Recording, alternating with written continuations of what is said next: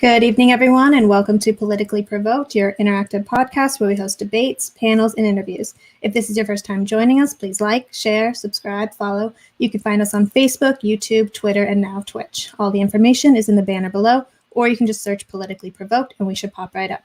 Here on Politically Provoked, we try to represent both left and right-wing views on every episode. I'm your left-wing host, Brittany, and this is your right-wing host, Todd. So hi tonight, Todd. Doing great. How you doing, Britt? I'm doing good. All right, so tonight is debate night. The topic is LGBTQ issues. Our first person debating is the owner of liberalforum.org. If you haven't heard of them, go check it out. It's a fun site that really prides itself on free speech, which these days is becoming harder and harder to find. He also debates right-wing positions on behalf of Politically Provoked. We don't necessarily condone or agree with his positions, but feel it's important to have representation of the far right, the far left, and everywhere in between. So he's the right winger y'all love to hate, Big Papa Fascist, aka Andrew Wilson. So, hi, Andrew. Oh, I think you're muted. Is that better? Yep. Yeah. So if you want to give a quick introduction, just tell people a little about yourself and where you lie on the political spectrum. So I would probably be considered far right, far right. I debate right-wing issues on behalf of Politically Provoked. That's really it. All right. So the next person that will be debating Andrew is somebody new to Politically Provoked. He goes by the name of Mouthy Infidel. So let's bring him on. How are you tonight? Hey, I'm doing okay. Yeah, so if you want to give a quick introduction, tell people a little bit about yourself and where you lie on the political spectrum. I'm Mouthy Infidel. I have a YouTube channel called Mouthy Infidel. I debate and try and make the best version of left-wing arguments that I can. I would definitely be considered far left. I think it would be accurate to describe me as a socialist or a democratic socialist. So yeah, that's probably it. All right. So here's what we will do. Each person can give an opening statement, can be as little as 1 minute, no longer than 5, about this topic and what your stance is. After that, we'll open up the floor. After the debate is over, we'll hop into a Q&A portion. That's where myself and Todd can join in, and we can take questions from the audience. I'm going to pull up the rules really quick so we're all on the same page. So, all right. So no racism and homophobia directed at guests or audience. Hint, hint. This does not include someone discussing these topics or expressing their own personal views. No cutting people off while they're speaking, no talking over people, and constant interruptions. No personal attacks, attacking somebody's physical appearance. Lighthearted humor is okay. Limit the filibusters. We're here to have a discussion with each other. Everyone should have an equal opportunity to express their views. And no attacking families or doxing of guests or audience. And so this goes for the people watching as well. But, some of them obviously don't apply to the audience. But yeah, so any violation will result in a 30-second mute. Each additional violation will attack on another 30 seconds, but hopefully we won't need to do that. Let's attack the argument, not the person, and that goes for the audience as well. So with that being said, let's get started with opening statements. So Mouthy, if you want to get us started. Yeah, sure. So I guess at sort of a fundamental moral level, I'm concerned with, making sure that people in society are as well off as possible, trying to eliminate as much unnecessary human suffering as possible. And I fundamentally believe that a lot of undue human suffering has been caused by the stigmatization and marginalization of trans people, gay people, etc. And I think that sort of doing away with this stigma, accepting these people into society would do a lot to help a lot of people, eliminate a lot of suffering. And I'm unconvinced that there is any sort of broader societal harm which would occur as a result of doing so.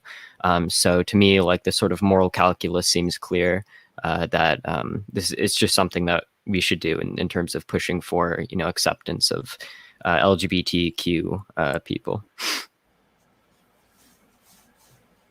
All right, Andrew, want to go? So I've thought in depth about this issue, this being the issue of homosexuality, rights, and discrimination. And I have a theory on the subject, and I call it Big Papa Fascist Magic Scepter Theory. Here's how the theory works. Pretend you have a magic scepter. And with this scepter, you can enact a spell that will turn all homosexuals into heterosexuals, meaning that after some initial adjustment, there's never again another homosexual on planet Earth.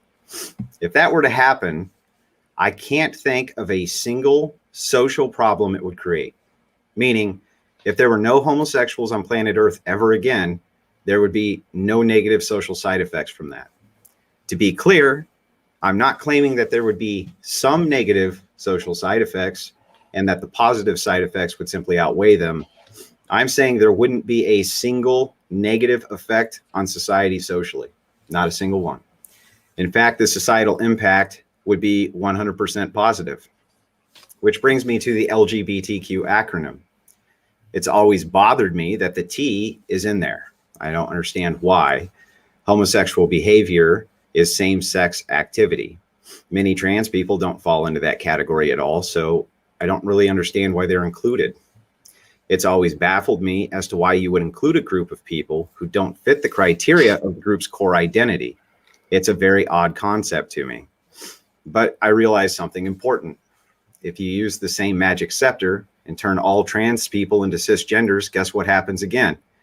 There's no negative societal impact, only positive societal impacts. This is why I think that the gay community included trans people. This debate tonight is a simple one, really.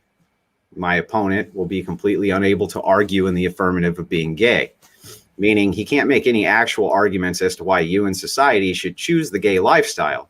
It's impossible to debate this issue in the affirmative. He'll instead use a logical fallacy, which is he's going to appeal to your emotion. His argument will be, and I'm paraphrasing here, homosexuals are suffering because society doesn't accept them, and that is bad. So society should accept them, and then they will stop suffering. As you saw from his opening, that pretty much summed it up.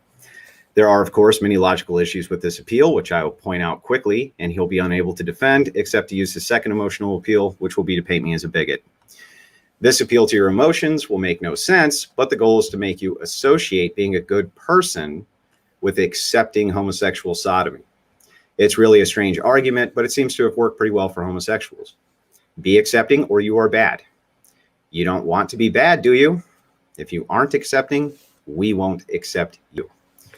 This will be the framework for his entire argument in favor of homosexual sodomy, a behavior that is protected for reasons that make no sense. And I will also show you through the course of the debate why that is also true.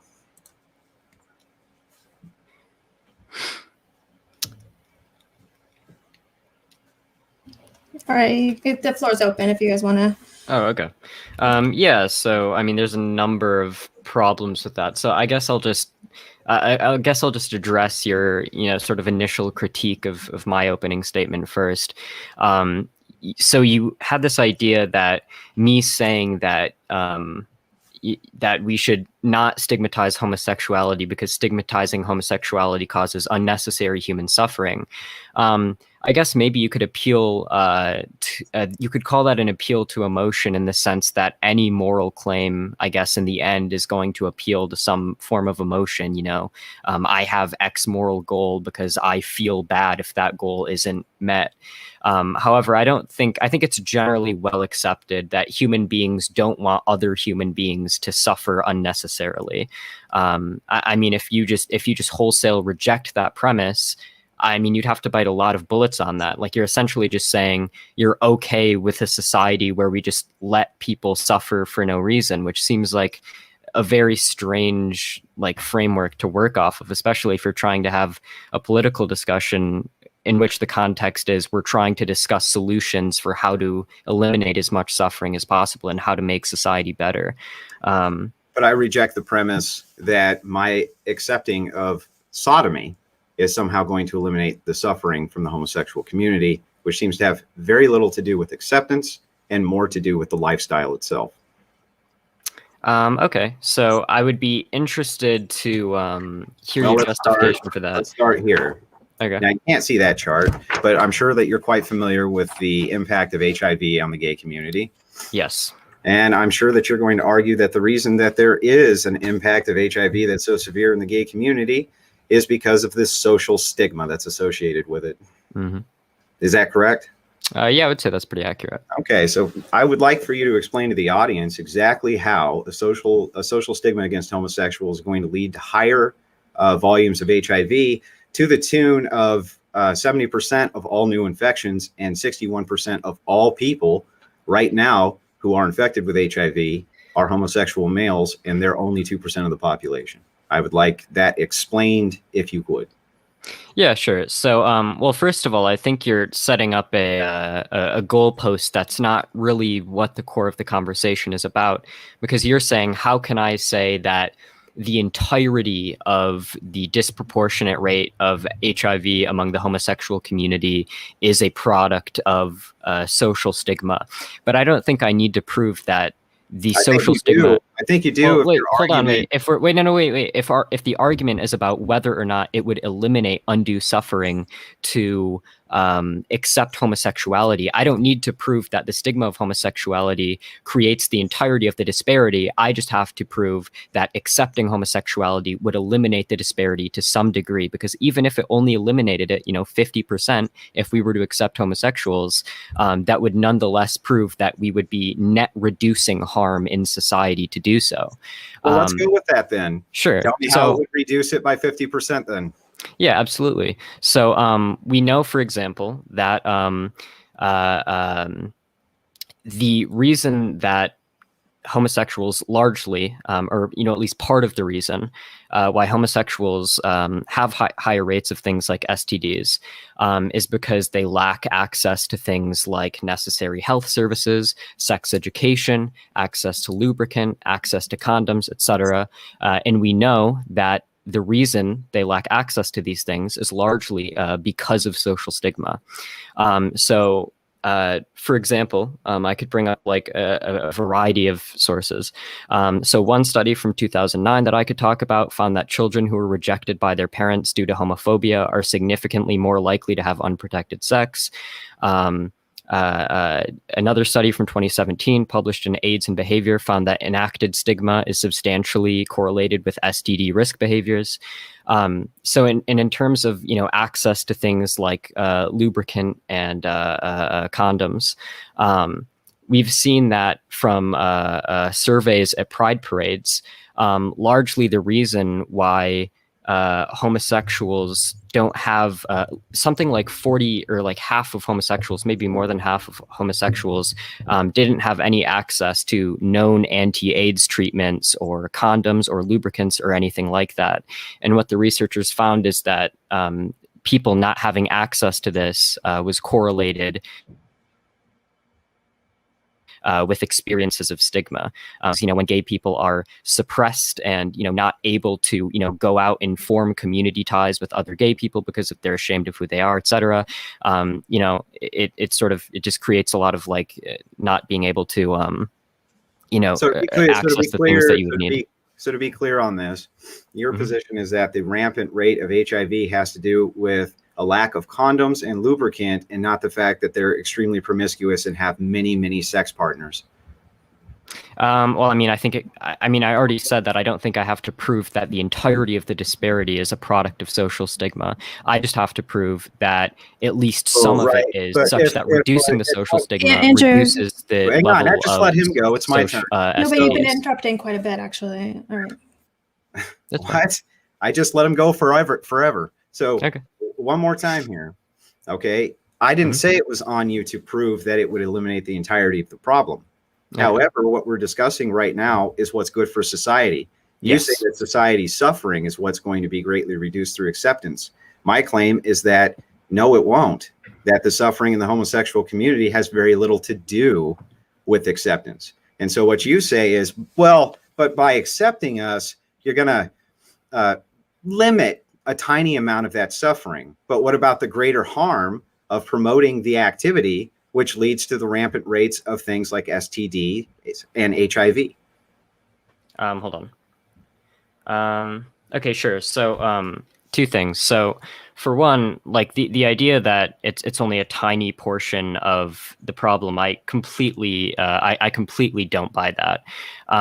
So So, for example, like we know things like. Well, then how much would it mitigate it?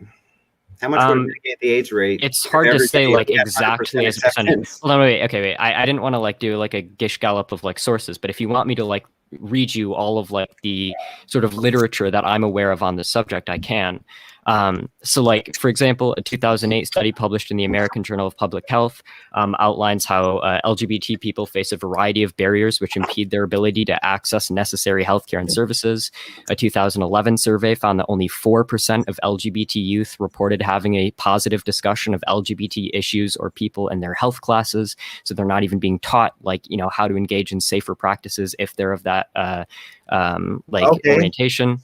We know from a Gutmaker Institute that only 12 states require any discussion of sexual orientation and sex education. Okay. And of those 12, 3 require teaching of negative or inaccurate information. So like when we see a situation wherein gay people en masse don't have access to condoms because of stigma, don't have access to lubricants because of stigma, don't even have access to like sex education so they know how to engage in safer practices because of stigma, like don't have access to like healthcare services because of like discrimination and stigma. I mean, yeah, I think this is a massive, like this accounts for a massive amount of harm in the LGBT community. How much? How much? What do you mean how much? How, like is a percentage? That's literally impossible to quantify. Because you want to eliminate suffering. That's your point. Yes. My point is that there's more suffering by being gay than the stigma that there is against being gay.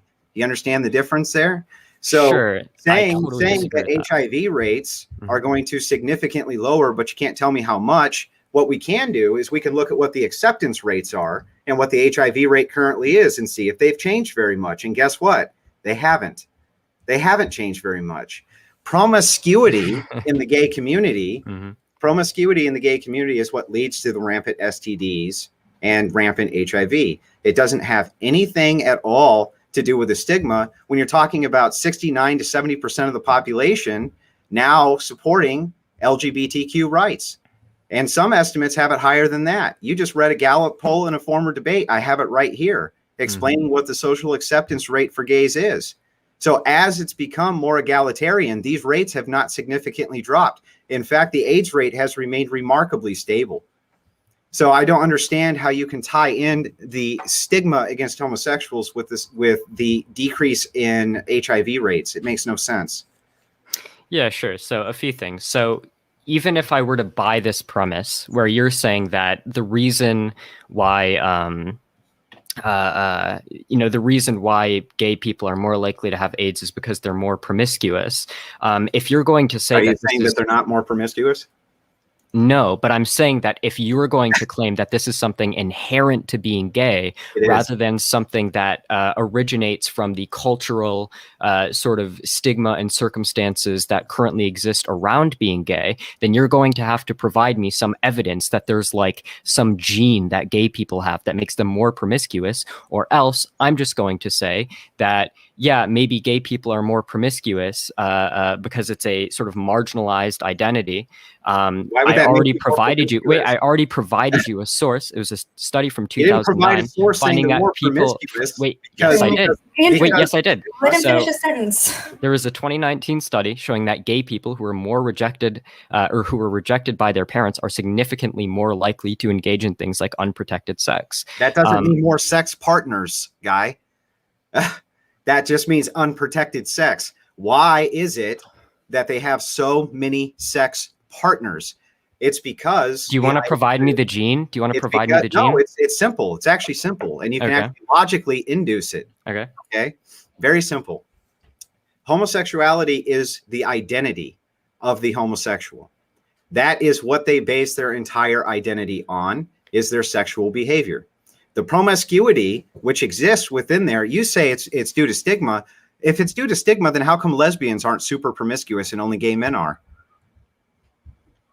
I mean, I don't have data on how promiscuous because it doesn't make are. Look, and also the experiences of the cultural experiences and conditions around being a lesbian in the United States are totally different from those around gay men. Like you can't just say like, oh, they're both stigmatized, so we should see the exact same outcomes. Like it's two different cultural phenomena.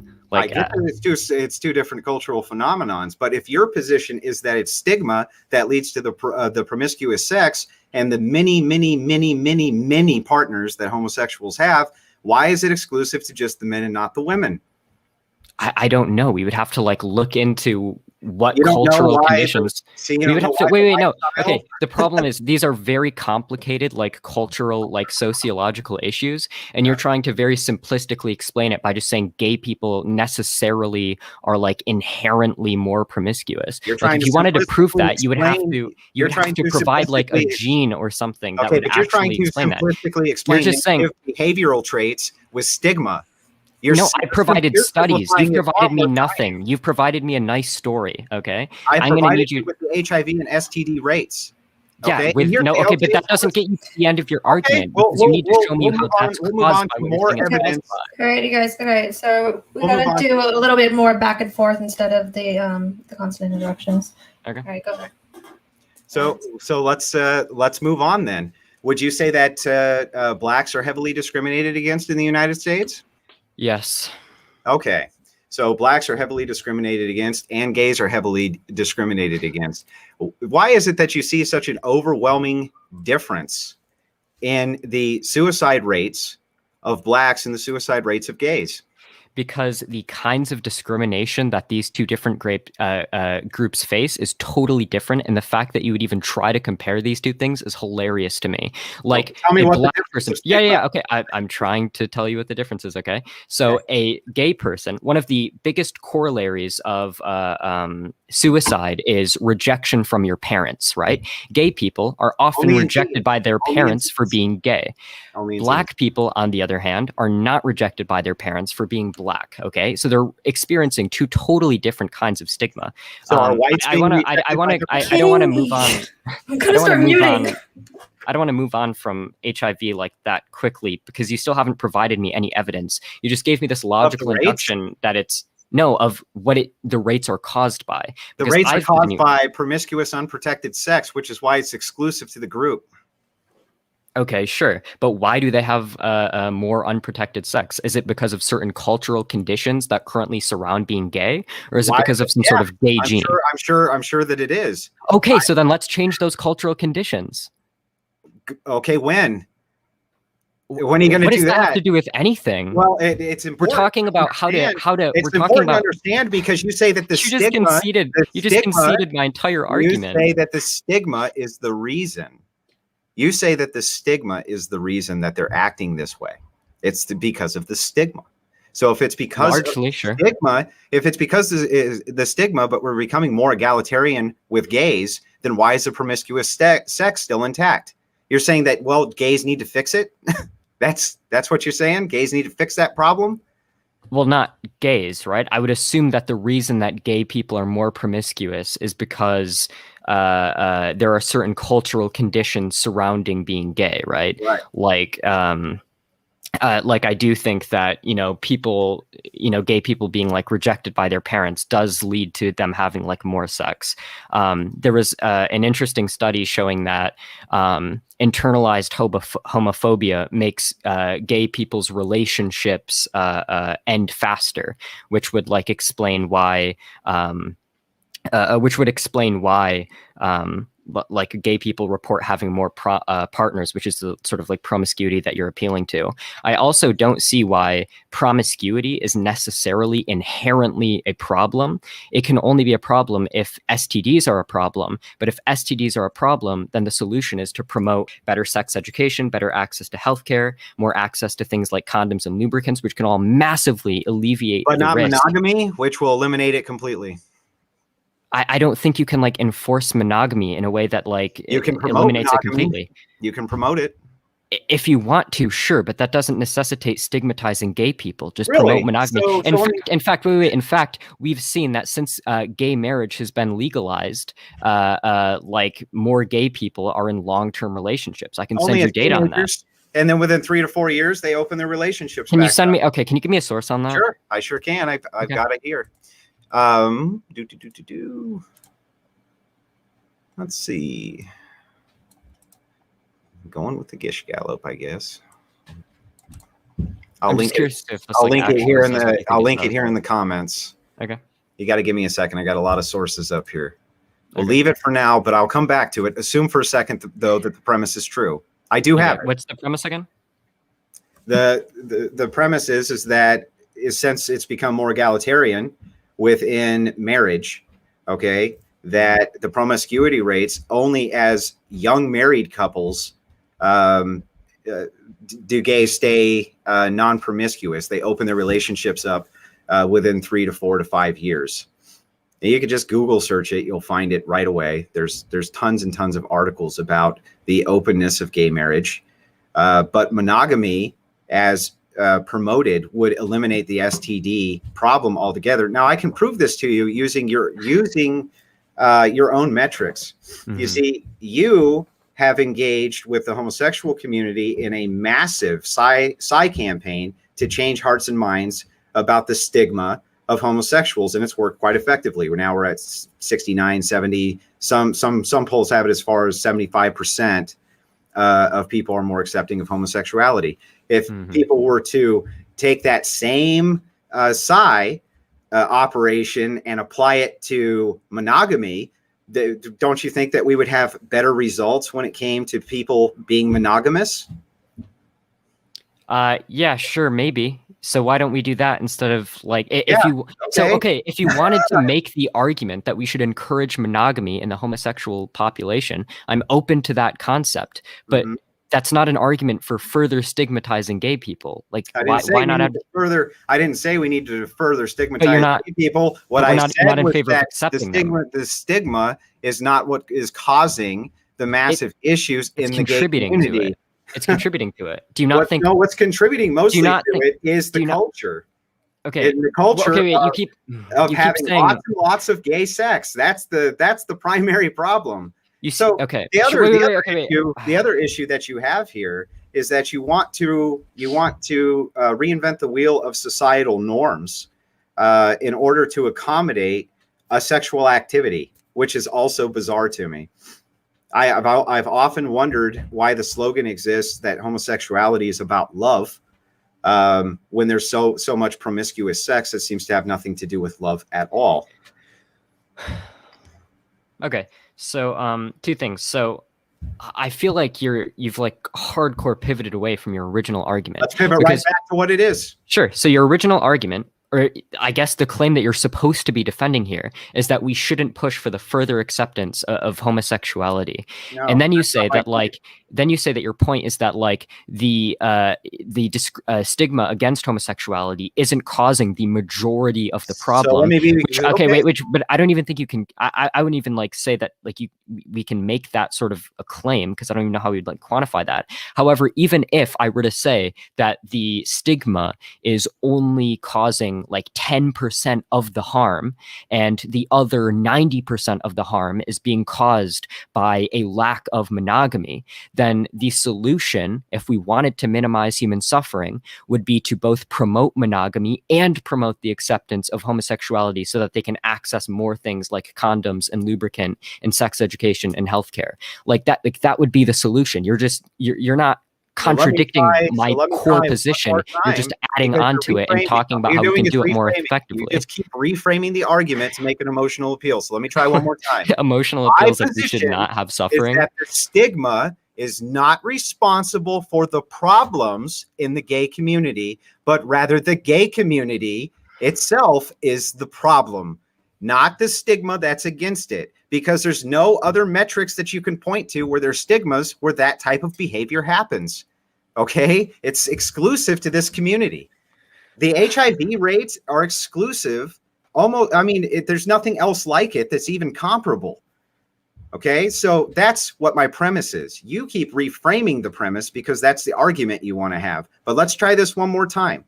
The stigma is what I'm claiming is not the problem. Okay, I'm not saying there needs to be more of it. Okay, wait. I need this clarification. Do you think it's not a problem, or do you think it's not the biggest problem? I don't think it's a problem at all. Okay, well that's like you're just disagreeing with the empirical consensus. Like I gave you a problem in the sense that it hurts your feelings. No. I don't think it's a problem in the sense that it's responsible for any of the issues. Okay, so you keep going back to like, okay, wait, no. So when you say the issues, we could talk about a variety of things, right? We could talk about suicide. There was one study from 2009 that found that kids who are rejected by their parents are about 3 times more likely to attempt suicide. There's a variety of studies showing that, you know, when things like in states where like a gay marriage has become legal, suicide has like decreased. There's been studies showing that like people who are more stigmatized, like don't have access to healthcare and like sex education or condoms. These things are undeniably problems that exist. You can say that they're not the bulk of the problem. I don't even know how you would go about quantifying that, and I'm not too interested in arguing about that. It's like a purely semantic issue. But to deny that stigma is a problem and that acceptance, in addition to maybe promoting monogamy, if that's what you want to do, would net reduce suffering, that claim isn't supported by any evidence like whatsoever, right? So like that's the core of what I'm saying. The core of what you're saying is that all the evidence points to a stigma being the issues inside of the gay community. Being a issue. Oh, a issue. It increases suicide rates. It increases rates of like STDs. It increases like lack of access to healthcare. What you're saying is that it's almost impossible to quantify. It's almost impossible then to quantify. The more egalitarian we get, to figure out whether or not the stigma was, how much of the problem the stigma was responsible for. It depends on which problem you're talking about. Well, let's just go with the suicide rate. Sure. Okay, so we have a variety of studies. I already cited one from 2009 showing that kids whose parents rejected them for being gay were something like 3 times more likely to attempt suicide. There are other studies showing that in states where gay marriage has been legalized, suicide rates among LGBT youth drops. So like, yeah, I mean. So the entire point of it then is that they're gay, they're coming out to their parents, and they have been rejected by their parents. Yes. And so this upsets them and they kill themselves. Oftentimes, yes. Okay. And so you're saying that the suicide rate would significantly lower for gay teens, let's say, that would probably be the people who are most likely to come out to their parents, I would assume, would be gay teens, that it's going to significantly drop due to a more egalitarian standpoint on homosexuality within society, even though we're already at 70%. Okay, so I mean, there's a variety of problems there. Like, so I don't want to conflate, like, because you could say, like, okay, well, why isn't the rate of suicide among homosexuals dropping, even though society is in general becoming more accepting? But like, when we have evidence that, like, if you look at it more specifically, the specific places that are passing like pro-homosexual legislation are seeing like drops in the suicide rate. Now there's some possibility that in general the suicide rate's not going down because you still have other places that are very reactionary. You might see some like social backlash theory where if in some places of the country like gay marriage is becoming legalized and gay people are becoming more accepted, maybe certain more reactionary parts of the country become even more reactionary in reaction to that. That's sort of like the point of social backlash theory. But no, the point remains that if you look at individuals, they're significantly less likely to commit suicide if they don't experience stigma. And in individual states, when stigma wanes, the suicide rate of LGBT youth in those states also wanes. So it's the only way then to significantly lessen the suffering, as you're saying that the stigma is responsible for a lot of the suffering, to promote homosexual behavior. That would be the only way to make society more egalitarian, wouldn't it? Only way. Well, okay. I'm not sure. A lot of these phrases are very loaded. What I'm saying fundamentally. Okay, let's make it simple. Sure. So can I just frame what I'm more accepting? You have to have pro-gay propaganda, right?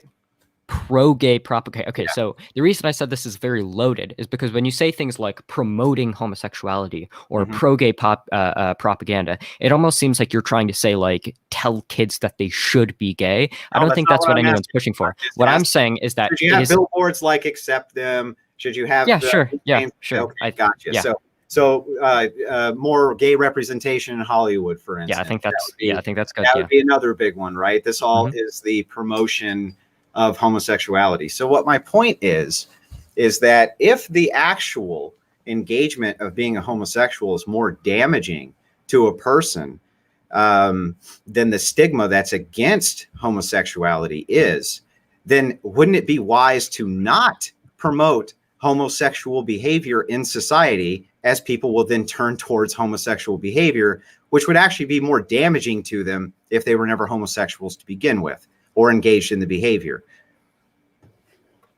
Okay, so I mean, there's a variety of assumptions there. The first assumption, all you do is reframe. No assumption. Just answer the question. Any argument's going to have like embedded assumptions. So, like, one assumption that you're making is that gay people like aren't gay, but then they see like a billboard or gay representation in Hollywood and then they become gay. I don't think that's the case at all. I think it's more so the case that people are gay, and depending on whether or not society accepts them, they're going to come out as being gay, or they might not come out as being gay. And if they don't come out as being gay, that obviously creates, like, you know, if they have this internal major part of their identity that they have to keep secret from like their loved ones, their family, I think that causes a lot of stress, a lot of undue suffering. And I don't think people should have to experience that. Fair enough. Also, why does that have to include also, wait. So, okay. So you said earlier that, you know, maybe the problem isn't just stigma. Maybe the problem is we need to promote monogamy. So I think, you know, that's get probably back to what we're talking about. No, wait, no, this is related to what we're talking about. Okay. So you earlier made the argument that we could just promote monogamy. I think that's a fine idea. I think maybe part of the reason that homosexuals are more promiscuous is because, you know, they were in large part, the homosexual community and culture was born out of the sort of sexual liberation movement, which is obviously much more pro, you know, promiscuity and stuff. But if you want to say that in order to reduce... If you want to say like that in order to like reduce things like STDs, maybe we should be promoting like marriage and monogamy, that's fine. I mean, I'm open to that argument. But like, when we're talking about that, we're inherently talking about trying to find ways to integrate like homosexuality like into society rather than like further stigmatize it. So like, you say that like if more people become gay, they're inherently going to face all of these issues, which is a problem. But you already said there are cultural steps that we can take to make it so that gay people aren't facing these issues. So that's a nice reframing, but let's try this one more time. Nobody's reframing anything. I just one more time. Literally made that claim earlier. Realistically as I possibly can, because you just moved the goalpost twice. So let's make this super easy. Okay. You keep saying that. You've yet to substantiate. If being gay causes more problems than the stigma against it, okay, then would pro-gay propaganda be a bad thing? Okay, so sure, but you're begging the question. Okay, gotcha. Actually, no, I don't know if I would. No, I don't know if I would buy that premise, actually, because you earlier said that even if we're not going to pin the problems they face on the stigma, we can still pin it on other cultural factors, like the lack of promotion of monogamy. So even if stigma isn't causing the problem and other things like a lack of monogamy are causing the problem, then making more people gay doesn't necessarily mean more suffering if we're also taking the steps which you earlier advocated for, like promoting monogamy. We make a massive promotion for monogamy campaign, and it doesn't work. Okay. As that was an argument that you had made earlier for heterosexuals, I believe. So let's say one more time, you make a massive push for monogamy in the homosexual community, and it doesn't work. So at that point, we have this campaign for monogamy. It doesn't work. And we know that the lifestyle itself of being gay is more damaging than the stigma against the lifestyle of being gay. So one more time. No, I totally reject this framing. Okay, well let's try. Okay, wait. Let me reject it this way. Let me finish. Let me finish, and then you can have your chance. Okay. All being gay is same-sex sodomy in men. That's it. That's all homosexual behavior is. You can promote homosexuality without sodomy at all, can't you? Is sodomy a necessary part of being gay? Do you have by sodomy? Do you just mean gay people having sex? Having anal sex. That's the only way that they can have penetrative sex. Penetrative, sure. I mean, I'm sure a lot of gay people just do like oral sex. Okay, fine, that's fine, but the massive HIV rates aren't coming from the oral sex. They're coming from the anal sex. Okay. So one more time. Okay, you can make a promotion all you want for a behavior. And in your case, it's worked fairly well in order to make us more egalitarian when it comes to homosexuals, right? Mm-hmm. If we make the exact same push for monogamous relationships in gays and it doesn't work, right? Then where are we left? Are we left then understanding that, hey, the actual act of gay sex is what's causing 90% of the issues inside the gay community, and it has nothing to do with anything else? No, because that would show that the lack of promotion of monogamy didn't account for the large, like there's a bunch of other factors that you would have to look into. You would have to look into, okay, you'd have to try promoting things like better sex education, passing legislation that makes schools engage in like better, more specialized sex education for LGBT people. You would have to like encourage, like non-discriminatory practices in healthcare, so gay people have more access to healthcare. You would have to encourage like broad destigmatization, so people have more access to like LGBT community ties, so they have more access to things like lubricants and condoms. Like there would have to be a bunch of things that you would have to try to like alleviate the impact.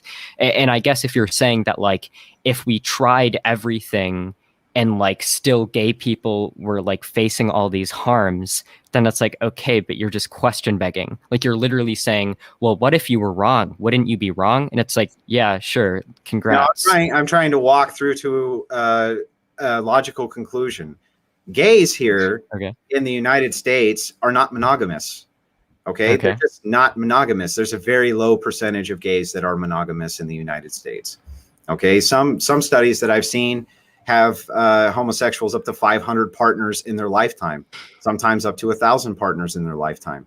Okay, this is not normative behavior at all. Okay, you don't see this among heterosexuals often. Is there promiscuity in the heterosexual community? There is. Okay, but it's not anywhere on the scale that you see in the homosexual community, which makes me think that there's probably something else going on there besides just a stigma. I'm sorry, can you repeat the last thing again? What? Which last thing? You cut out like just the last thing you said. You were making a comparison to some other group in gay people. No, I wasn't making a comparison to any other group in gay people. I was making a comparison between heterosexuals and homosexuals. Yes. So I said there is promiscuity in the heterosexual community, but at the rates it's not even comparable. Homosexuals are far more promiscuous than heterosexuals are. And if you have that many sex partners, it leads me to believe that there's something more going on there than just stigma. It's not just stigma.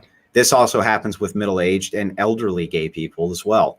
Okay, this is not just for the young bucks, as it were, who are having trouble coming out to their parents. This is an across-the-board thing. Now, I don't think at 40 or 50 years old in the United States, you're going to have a problem figuring out where the STDs are coming from, or have a problem figuring out that it's a high-risk behavior to have multiple sex partners. And yet this is still the behavior that we see within the community. Okay, so like a few things. Like I don't know why like we keep going back to this premise. You keep making this argument that like because gay people are like more monogamous and that accounts for their STD rates, that like the idea that in any way leads to what I said, not gay people. Or sorry, less monogamous.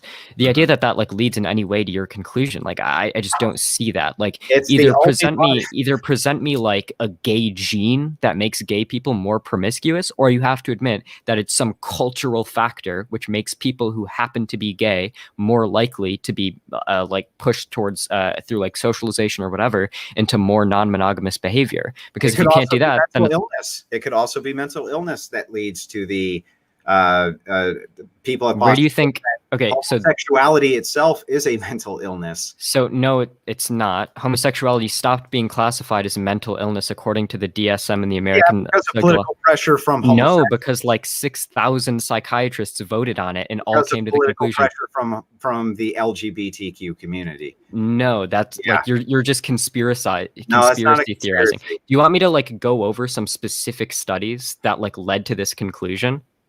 Oh man, more of the Gish Gallop. Wait. So no, you just keep, you can't just say wrong shit, and then when I like try to explain like why you're maybe we can move down to pedophilia and the ties in with homosexuality from pedophilia. Okay, sure. So, I mean, there was like a variety of studies, 1982, 1989. There was that study by, I forget her first name. Her last name is Hooker.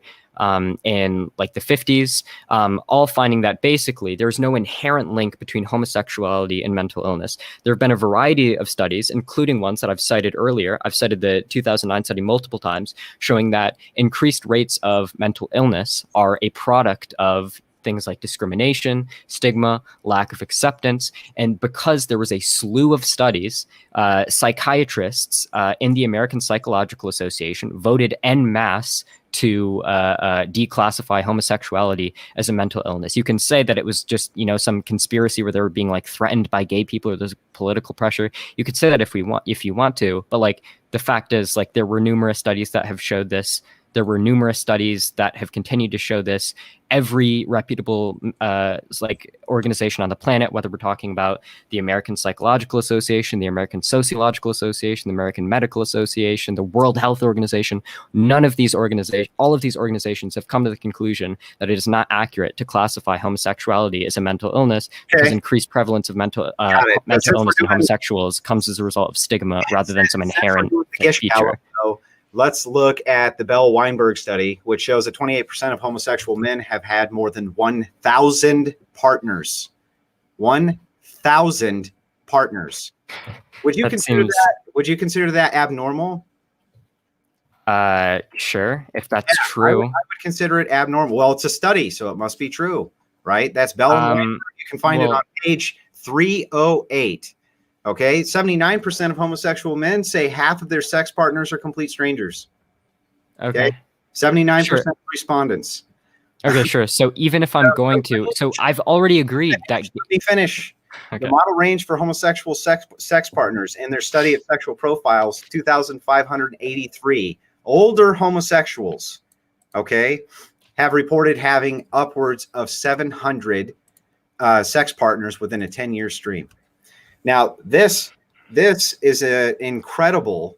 That's incredible. That has nothing to do with cultural acceptance. If you're in your middle age and you're having that type of sex with that many partners at that percentage rate, 20-30%, that's ridiculous. Okay, so no, I don't. I think that I'm not saying that there's a gene. I'm saying that there are behavioral studies. There are behavioral studies, though, that show that for some reason, people who are attracted to the behavior seem to also want to have a lot of sex partners.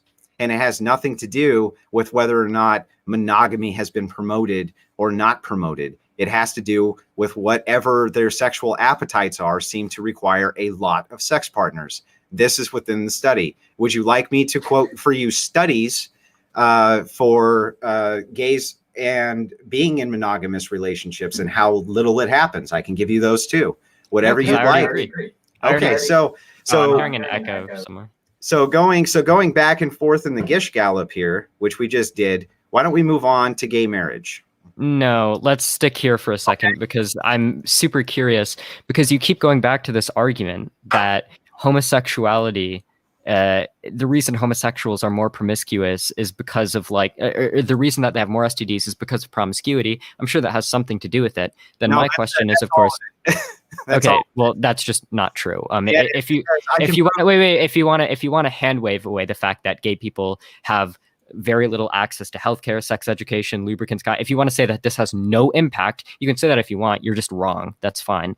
But if you want to go to your other point that what was your other point? You were essentially making the argument that gay people are more promiscuous. That's why they have higher STD rates. Yes. My question then is, of course, why are they more promiscuous? You keep saying like it's not because of stigma. Okay, then what is it because of? Either you have to say, because you said that people who tend to be more attracted to the same sex also just tend to be more promiscuous. That's just restating the thesis. I'm saying, why is that? You can either say A, it's because of certain cultural conditions surrounding being homosexual, or you can B, name a gene. Name a gene or tell me that would be a deductive argument. I'm making an inductive argument. So is it a product of cultural circumstances around being gay, or is it a gene?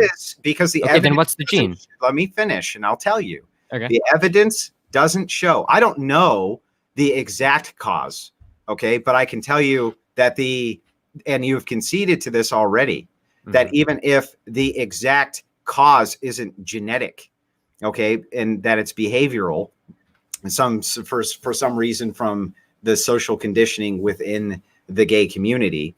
I can tell you for certain that what the studies show is that they are far and away more promiscuous, and that promiscuity is what leads to those STD rates.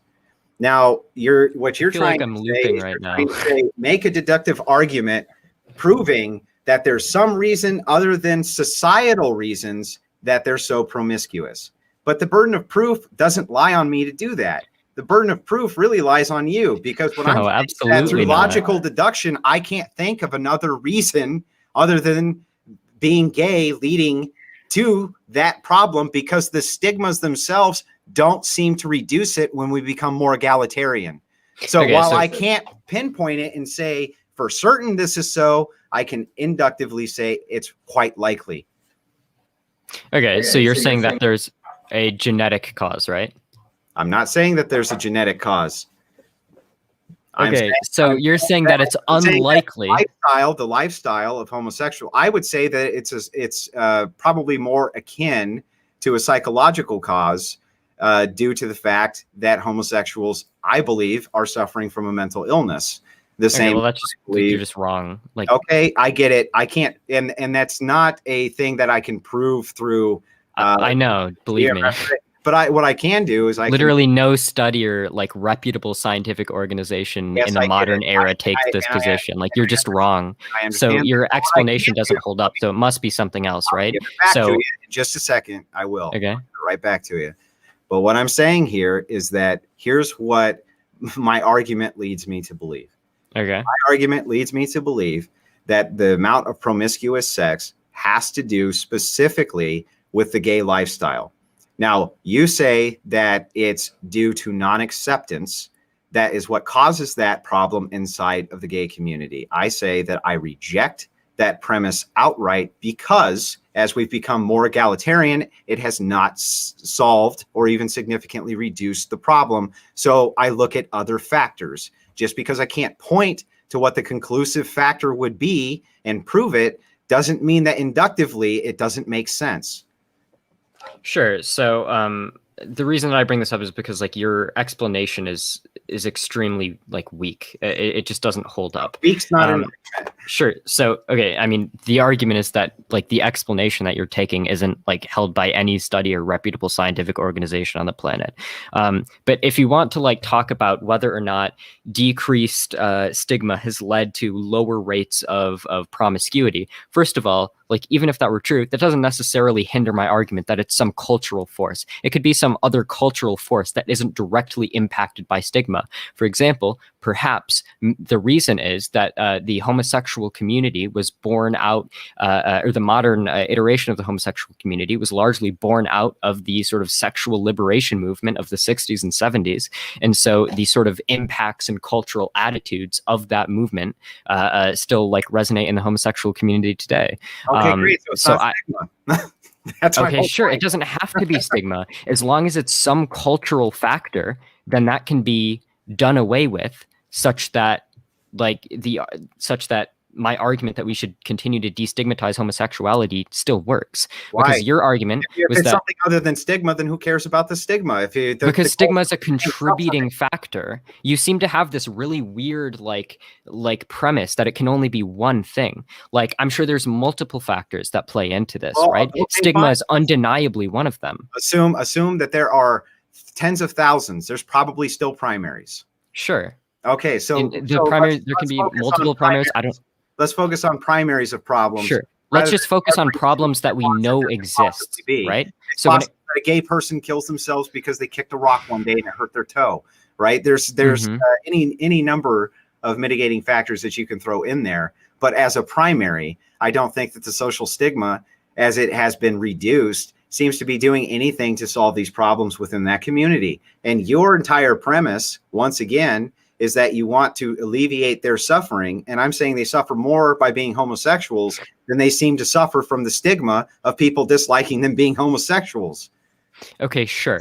So let's run with the idea, okay? Because you said, okay, maybe it's not stigma. Maybe it's something like my explanation of, the sexual freedom movement, okay? Let's Okay. run with that for a second. Okay. So what we have is that this reason that gay people are so promiscuous is largely caused by some cultural factor, not necessarily stigma. And Okay. B, we know that stigma is a contributing problem to STDs and to other things like suicide. And so the solution then would be both to address the stigma that's a contributing factor, because that's independently causing harm, while also addressing the other factor that we're also acknowledging that may be independent from stigma.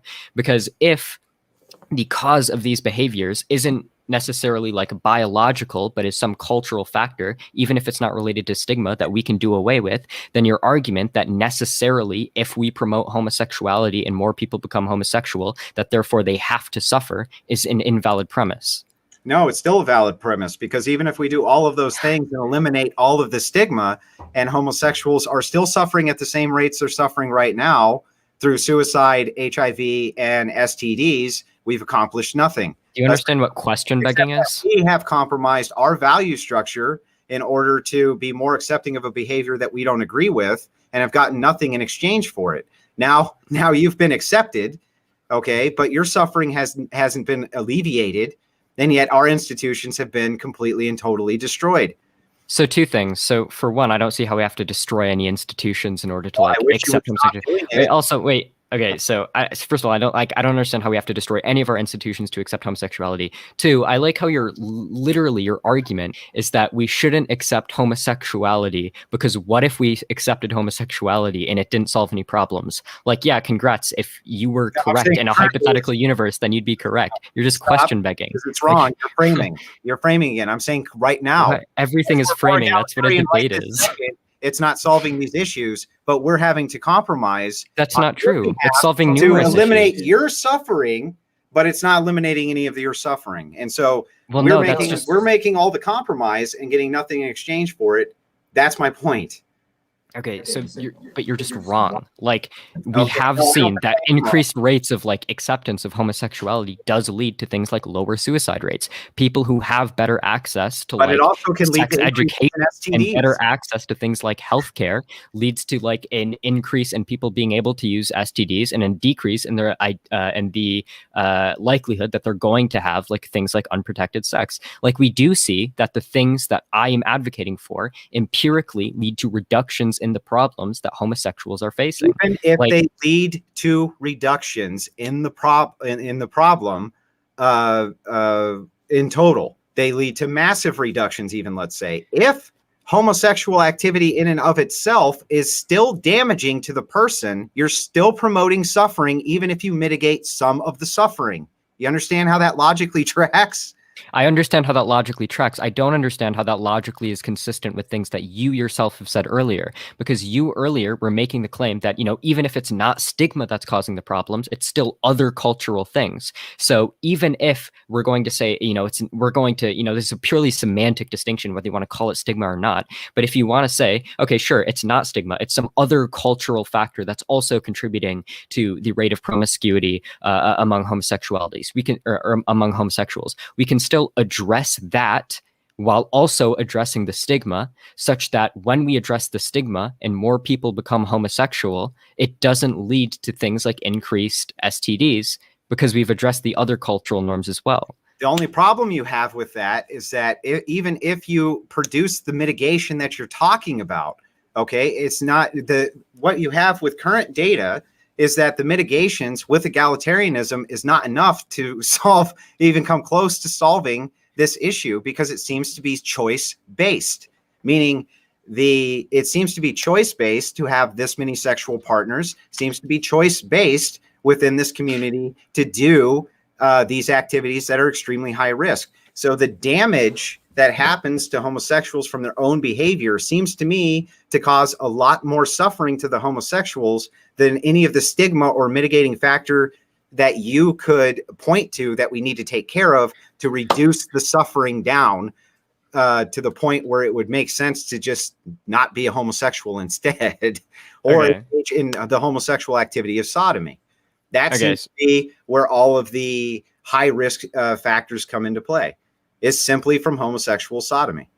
Okay, so a couple things. So for one, you said that we've seen empirically that because we've become more egalitarian and the, outcomes we've seen with regards to homosexuality hasn't been wholly reduced, that therefore that's evidence that completely eliminating stigma wouldn't reduce the or wouldn't solve the problems of homosexuality. At all. Okay. So what was your argument? I said if you mitigate it down and it's still more dangerous to engage in the activity, okay, even after you have a completely egalitarian society. But we don't have a completely egalitarian society. Right now, what are you talking about? You're making empirical appeals you keep we can look right now at the 70% and say that as we've had more egalitarianism with homosexuals, these rates have not significantly reduced. Do you understand? It's that simple. So if we have 100% egalitarianism, why would we expect that they would mitigate down to the point that the activity itself still wasn't more dangerous than not promoting the activity? It's very simple. And you keep reframing every time you discuss that, you reframe it. Okay, you're right now what you're doing is framing. I hope you understand that. Well, but anyways, what you're saying is my argument is supposed to be framed. Right. Okay. You arguing against it is not supposed to be to reframe it. That's okay. We good? That's how that works. Okay. So, anyways, so you're saying that because we have reduced stigma, and you're saying it hasn't reduced certain problems, that therefore any of them. Well, okay, you keep saying that, but I've already explained to you that when kids aren't rejected by their parents, they're less likely to commit suicide. They're less likely to have unprotected sex. When places have legalized gay marriage, suicide rates have dropped in those specific states. So you just keep saying things that are just wrong. Yes, not significantly. Significantly. Do you want me? I can send you the study. It is statistically significant. It's not significant enough that the rates still wouldn't be higher than the general population if you reached 100% following the 70% trend. That doesn't follow. Okay. Yes, so you're saying, okay. So what you're saying is that if we reduce so if I'm saying that stigma causes, certain problems or is largely responsible for certain problems, and you're saying that if we reduce the stigma and the problems still exist more than they do for the general population, then therefore reducing the stigma isn't a viable solution. But that doesn't follow, because you can say that we've reduced stigma, but the stigma, even at the reduced level, is still higher for homosexuals than it is for the general population. There's still a lot of fucking discrimination against gay people in the United States. There's still a lot of gay people in the United States who are rejected by their parents. There isn't any straight people who are rejected by their parents for being straight. You still won't address the crux of the argument. So one more time. You keep changing what the crux of the argument is depending on which one I've just addressed, but go for it. Mitigate the risky behavior to the point of egalitarianism that you want, which if you're on track right now at 69%, 70%, 75%, right? It's way over 50%. And it has done very little to mitigate these issues within the community. Then if your goal is to eliminate suffering, then telling people, hey, if we mitigate these things, you will suffer less, is less good than telling them not to engage in the activity, because then you won't suffer at all. The suffering that seems to happen within this community, even with all of those factors mitigated down, let's say, to zero, if it tracks then that the actual activity itself is still damaging more than being a heterosexual is, then you should be promoting not to engage in the activity at all. Sure. So a few things. So for one, you say that acceptance is way over 50%. I feel like these numbers aren't doing exactly what you want them to. So you can say hey, this many people support gay marriage, for example, but that doesn't mean that they're going to be okay if their own child comes out as gay. Someone might tell a pollster, I support, gay marriage, but then, if their child comes out as gay or something, they might still have a problem with it, or do something that negatively harms child's mental health. Additionally, you said that, you know, we've seen like increased rates of acceptance and it hasn't reduced the issues. Like I've already explained to you that it has. Like That's not what I said. It has reduced suicide. It has reduced STDs. Enough that reducing the activity wouldn't be better to reduce the suffering. Because we haven't gotten rid of all the stigma. Okay, but even if we're on track haven't addressed at 65% egalitarian, we know when we get to 100%, based on the trajectory we're on right now, it will not reduce it more than not engaging in the behavior will to alleviate the suffering. It's that simple. We don't know that. Like, I don't know. I don't even know why you would assume that premise. Like, because what we can look at is we can look at the acceptance rate. Acceptance is non-stigma. It's that simple. If your acceptance rate is at 70%, okay, and the reduction rate is at X, which is very low, then you can kind of project out to what it'll look like at 100%. And you can actually follow the trend on a line graph in order to do that. It's very simple.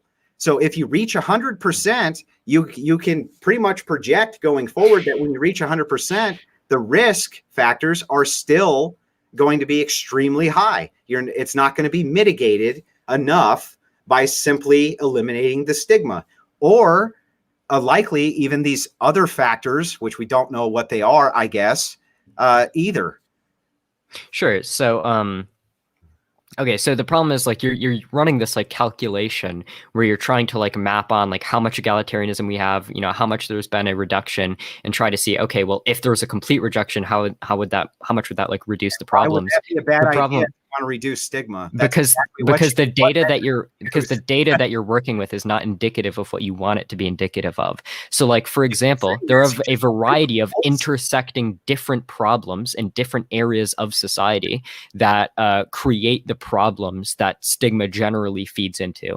So like, for example, one issue is a lack of LGBT people having access to healthcare. One example is a lack of LGBT people having access to like sex education, or having access to condoms, or having access to lubricants. Some of it is just being rejected by their families. And so you can look at, you know, certain data points like, oh, we've gotten to this much egalitarianism, and that this is the amount of people who tell a pollster that they're fine with like gay people, or they're fine with gay people getting married. But that doesn't necessarily map onto conditions about how many gay people have access to things like education, or how many gay people are being rejected by their parents, or how much gay people have access to healthcare.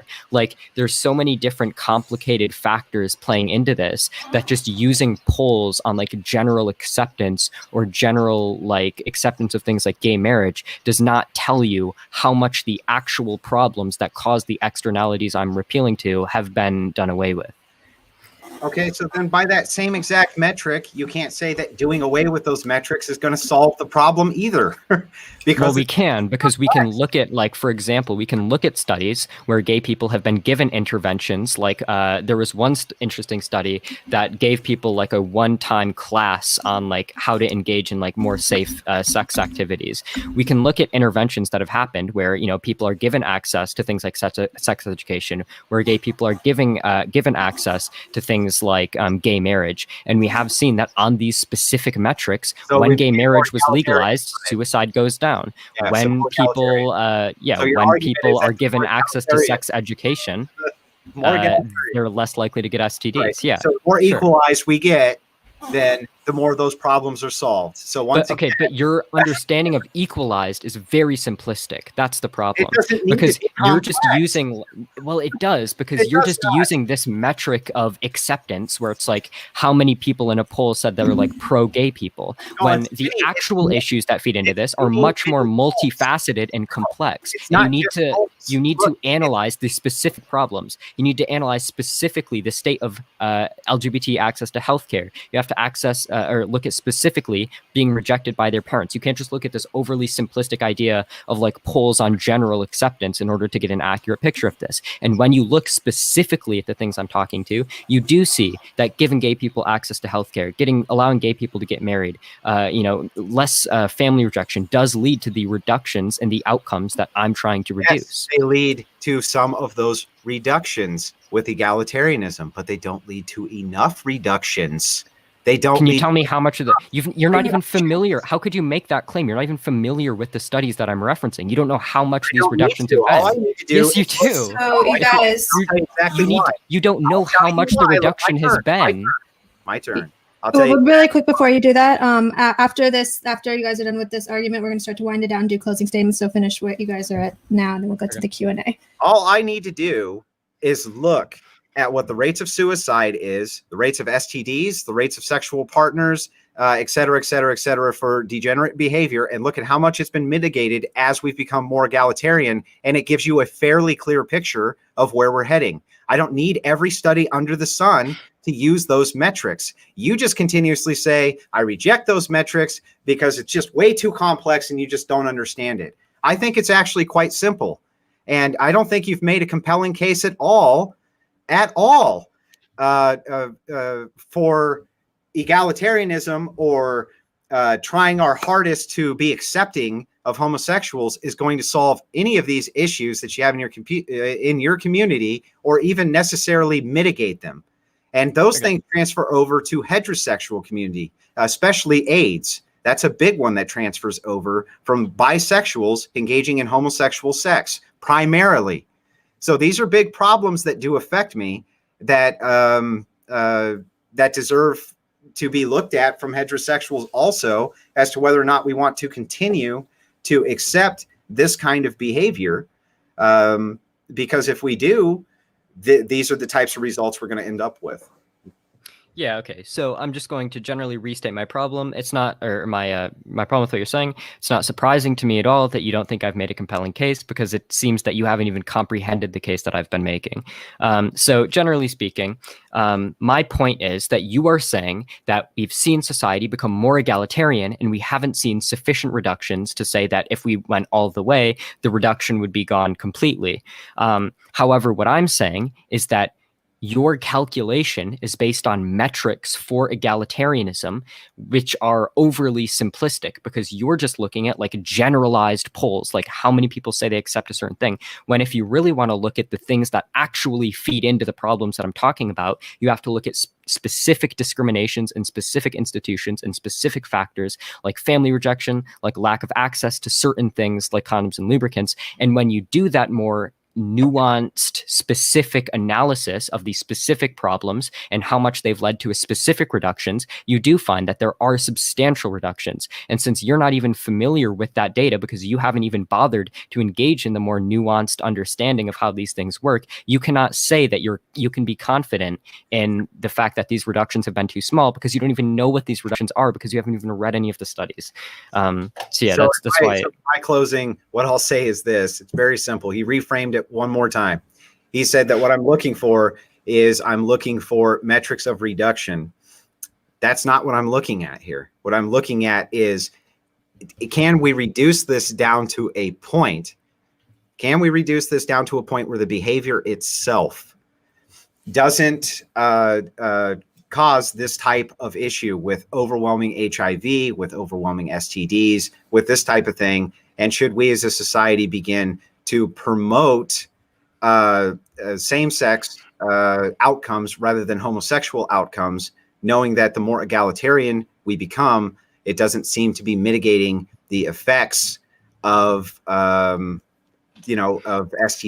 It doesn't seem to be mitigating the effects of any of these issues. So that's what my point is that if we can't mitigate it down to the point where not engaging in the behavior is better than engaging in the behavior because the behavior is high risk, then we should be promoting not to engage in a high risk behavior.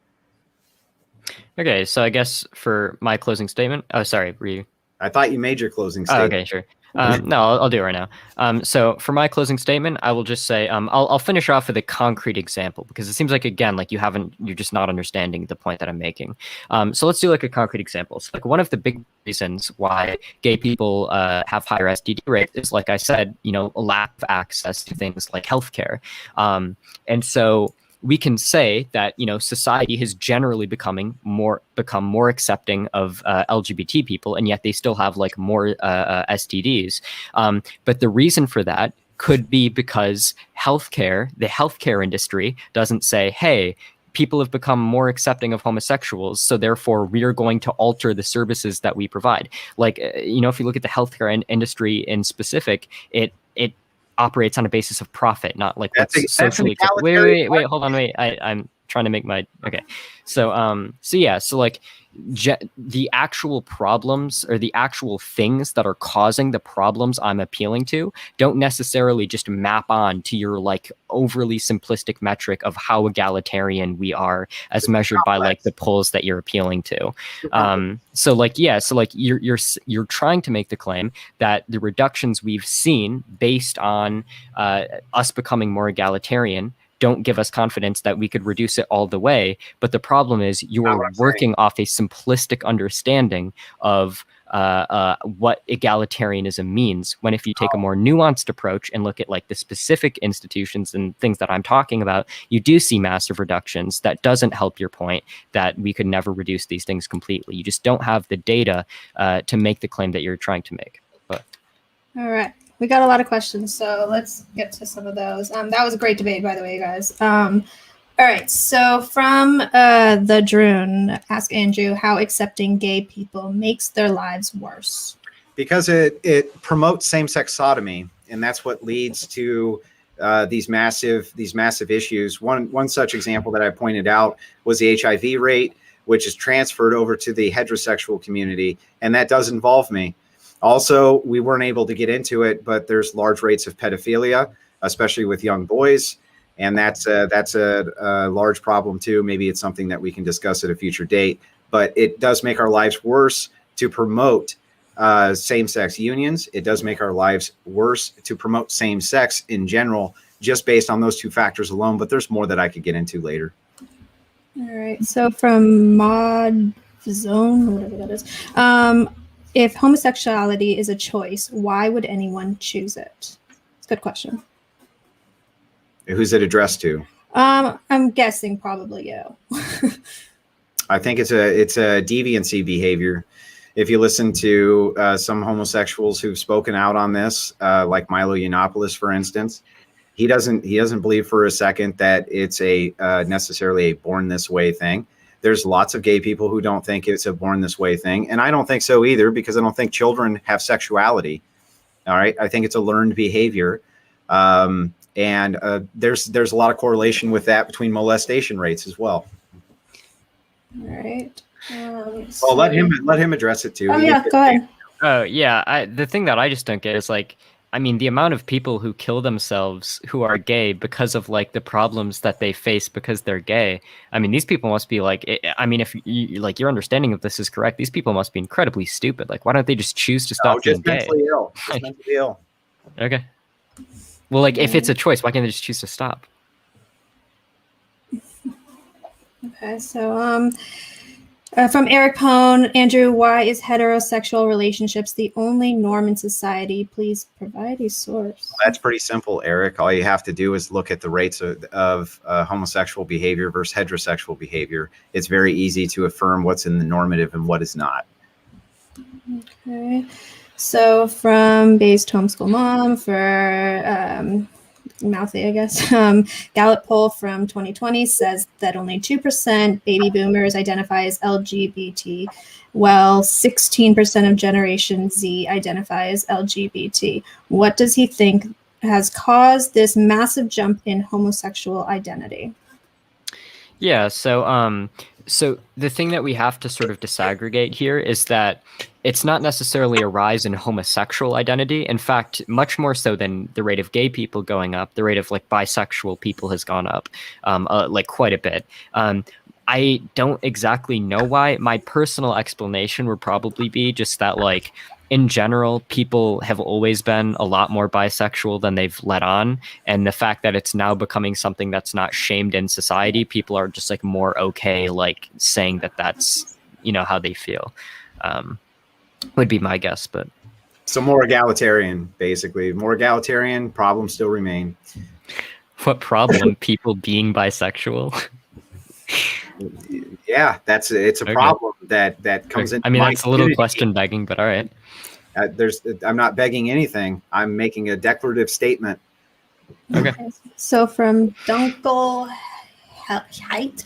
Does Andrew believe that homosexuality is a choice? Does Andrew believe the oppression of individuals for their own safety is acceptable? Does Andrew think?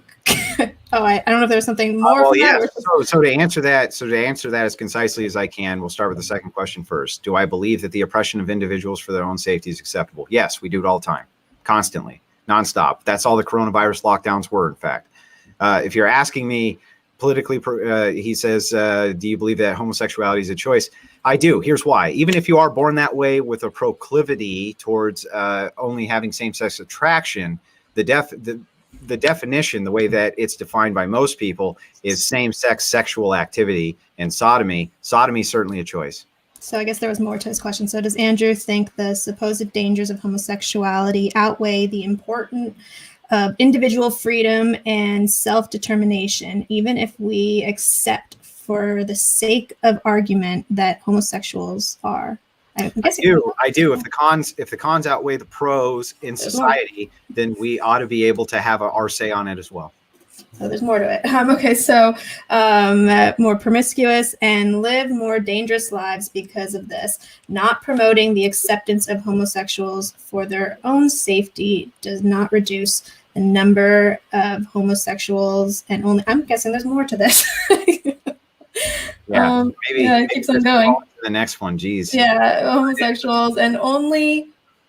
I wonder if that only serves to oppress and vilify homosexuals. Homosexuality is genetic and not in any significant way determined by environmental, societal factors. The proposed solution solves nothing and only, oh my God, he just keeps on going. And only, increases oppression. I'm guessing that's the end of it. Okay. So I don't know if you caught all that or not, but was there more that you had to answer to that? No, I wasn't getting to a whole book. I have some more that I wrote down from earlier because, this starts to cut off if we go too long. So Eric Pone said, where is the proof that people are naturally monogamous? The Bible holds up monogamy as exceptional. Well, no, not really. It doesn't really hold it up as exceptional. It holds it up as exceptional for powerful men. But generally speaking, monogamous relationships and even marriages have been social norms in the West. But even before, in Arab nations, even in Egypt, it was very much social norms around marriages in monogamous relationships. All right. So from Miguel, question for Andrew. Why should we oppress individual sexuality if it leads to rape and pedophilia culture? Check any society where religion oppresses sexuality. Okay, well, liberating sexuality hasn't really done anything to decrease any of those things. So there's that. In fact, I would say that it's increased rates of same-sex molestation, but again, where's the data on that? Well, again, we're in the Q&A portion. I have the data ready for it, okay. But we will have to get into it at another debate or whenever. Sure thing. Okay. From Base Homeschool Mom, question for Mouthy. Studies show that due to technology, the average boy first views pornography at age 11. Does he believe this doesn't affect development of sexuality? Does it affect like the development of how they approach an experience, like sexual attraction? Yeah, I'm sure it does to some extent. Now, the question of whether it like can turn people to like from being straight to being gay, I think is a total different question. I mean, I think whether or not like access to pornography is like turning children gay is like I'm skeptical of that idea, but ultimately like you need to show me like some evidence that that's happening, I guess. Okay. All right. So from the drone, Andrew, why should anyone be treated poorly because they have a disease that affects them more than other groups? They shouldn't. I didn't say they should. Okay. All right. So from Post Manifesto for Andrew, does he have any proof that you can reliably stop people from engaging in homosexuality homosexual activity without causing other problems? No, there's going to be some other problems associated with it. But again, you look at societal gain versus cost. So is it possible that there's going to be other issues that come up out of having a pro-family, pro-heterosexual message to society instead of promoting homosexuality? Maybe there would be some mild blowback, but again, I can't really see what there would be from making that type of promotion, to be honest with you. Okay, so from Wonelli Media to Mouthy, can you explain the other issues in the LGBTQ community outside of sex, like violence and anti-LGBTQ legislation? Issues in the LGBT community in terms of like what societal issues are LGBT people faced with? I guess so. Yeah, so I mean, beyond like legislation, there's just issues of things like family acceptance. There's issues of things like, you know, what's being taught, like what kinds of sex education are being taught in school. There's questions about like, you know, peer acceptance, you know, like, you know, whether or not kids are being ostracized in like their social circles for like their identity. I mean, there's a variety of issues that generally stem from stigma, sure. All right. So from Western Artifact, Andrew, if you think trans is genetic, wouldn't you prefer them not procreate in hetero relationships? The genetic dead seems too favorable to your view. I don't even know how to respond to the question. I don't know what that is. Okay, so from Crazy Hole, question for Infidel. Do you think gay people have less access to condoms and lube than straight people? Yeah, I mean, yeah, they do. I mean, that's just like a fact. I have like multiple studies that I brought up earlier in the debate showing that A, gay people have significantly reduced access to condoms and lube, and B, according to the authors of the studies, the correlations that were found tend to suggest that the reason that they have less access, or gay people are less likely to have access to these things when they tend to have more experience with things like stigma and discrimination. So yeah. Okay. All right. So from Sobek, curious here, and I'd like a response from both. Why the focus on HIV? Do the stats on all STDs in general not look way different? Focusing on HIV exclusively feels loaded. Well, the stats on STDs are even worse, actually. I think it's 3 in 4 gay men have an STD. I'm not sure, but I think I think it's roughly 3 in 4. Yeah, I mean, ultimately, whether or not we focus on STDs or HIV in general, or I mean, HIV or STDs in general, my argument is like fundamentally going to be the same, in that I think the prevalence of these things, the disparities, are largely driven by certain cultural factors, of which stigma plays, like currently existing stigma, plays a large role. And I think we should do away with that to address those problems within the community. I don't know why we focused on HIV specifically. My guess is because it's like the more deadly one. I mean, if you get herpes, like, you know, you have herpes, whatever, you know, if you get HIV, it can be like an actually deadly thing, which tends to be more like effective rhetorically to bring up. And it's convenient in the abstract when we were discussing this particular thing, having this argument back and forth. Mm-hmm. So, all right. So one question from earlier, from Drew. How does accepting gays make their lives worse? Well, it doesn't necessarily make their lives worse to accept them, but if it's not going to make them better, it could make heterosexuals' lives worse. And the entire concept and point that I'm trying to make is that if you look at the rates of the deviant behavior and the mitigation that comes from acceptance, you're not going to reach the plateau, even at 100%, where it's enough to mitigate the behavior, where what his argument is, I want to eliminate suffering by promoting this activity. That's where the catch-22 comes in. Okay. All right. Well, I think we are all caught up. Oh, wait, we got one more. So if you guys have any last questions, send them right now because we're going to shut this down after this. So let's see, from Post Manifesto, question for Andrew. Is there any evidence that promoting heterosexuality decreases homosexual behavior? If so, please provide a source. It was already provided in a previous question at the rate of 16%. So yeah, I think that there is something to be said for the promotion of homosexuality. Now, what his argument will be on that is no. See, as we become more egalitarian, people will come out, but at the same time, we need to be more egalitarian, and that is going to be what solves and mitigates these issues. It's kind of absurd, really. Okay, so my actual argument would be that it is undeniably the case that increased acceptance of homosexuality leads to increased homosexual behavior. And of course, Andrew's argument is that that's bad because homosexuality leads to certain negative outcomes. What I would say is that, in the absence of these people engaging in homosexual behaviors, they're still going to have an inherent desire to engage in homosexual behaviors. That's still going to be a part of their identity. They're just not going to be open about it. And that lack of being open about it is going to cause within people negative outcomes anyways, even though they're not engaged in homosexual behavior, explicitly.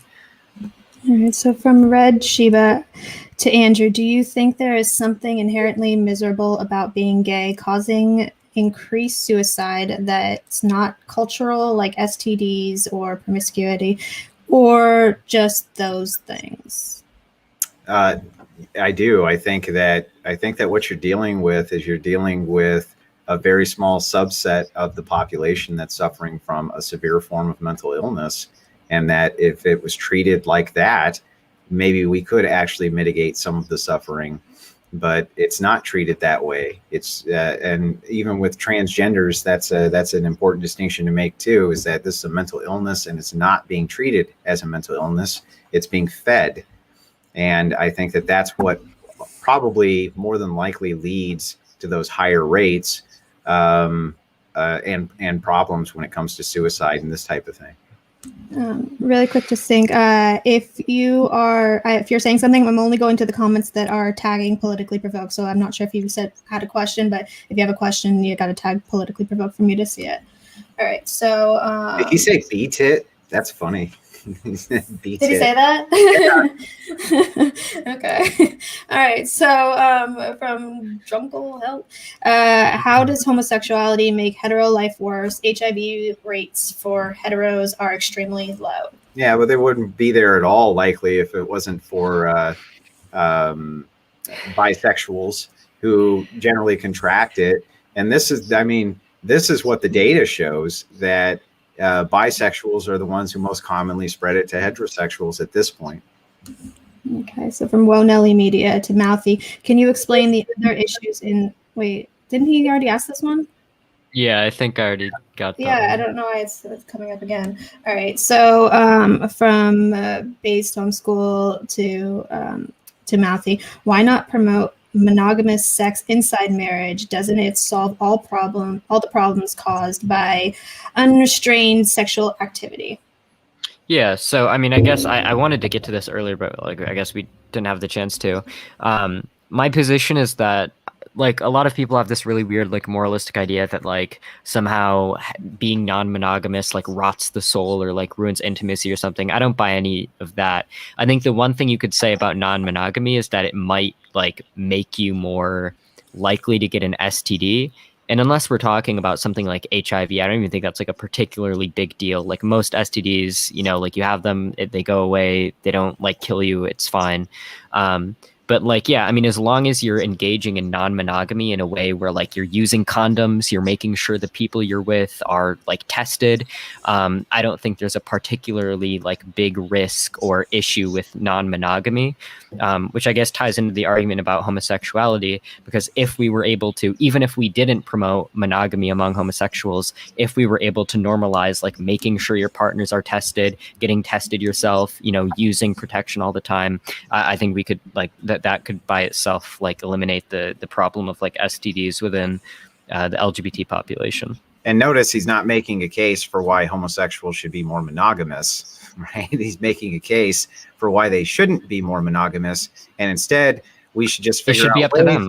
We should just find better ways for them to not be monogamous and lessen the damage to them by them not being monogamous? If they don't want to be monogamous, then just let them do what they want to do while No, eliminating but the harms associated with that behavior, Well, sure, rather than but your trying to. your position is, well, studies show that being monogamous isn't necessarily a good thing. Correct. Right. So you're not promoting monogamy because you say that you have studies that say that monogamy is bad.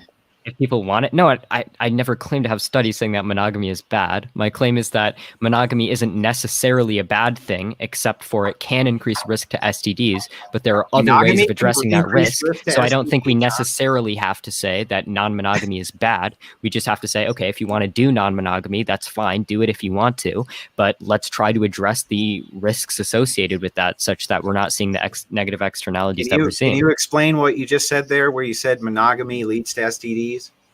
I said non-monogamy. No, I may have misspoke. Oh, okay. I'm sorry. Okay. Okay. All right. So from Miguel to Andrew, don't you think that increasing accepting and accepting the acceptance of homosexuality is disenfranchising people from society that will refuse to engage on it? Let me reread this right. Yeah, I do. I do think that if I'm reading this right, I think what he's trying to say is, don't you think that the promotion of homosexuality and the egalitarian, the way that society is leading towards more egalitarianism between homosexuality and heterosexuality, people speaking out against homosexuality as a lifestyle, aren't they being disenfranchised more? Yes. The answer to that is yes. All right. So from Sinkyo to Andrew, what's the number of sexual partners in older lesbians to say they aren't as promiscuous as gay men? Less. That's all it has to be. All right, I think we are all caught up, so we can probably shut this down. Thank you so much for coming on, both of you. I thought it was a great debate. And yeah, so thank you guys again. And if you guys haven't subscribe to the channel. We do these debates every weekend, and we do panels during the week. So yeah, we are going to close it down now. Good night, y'all.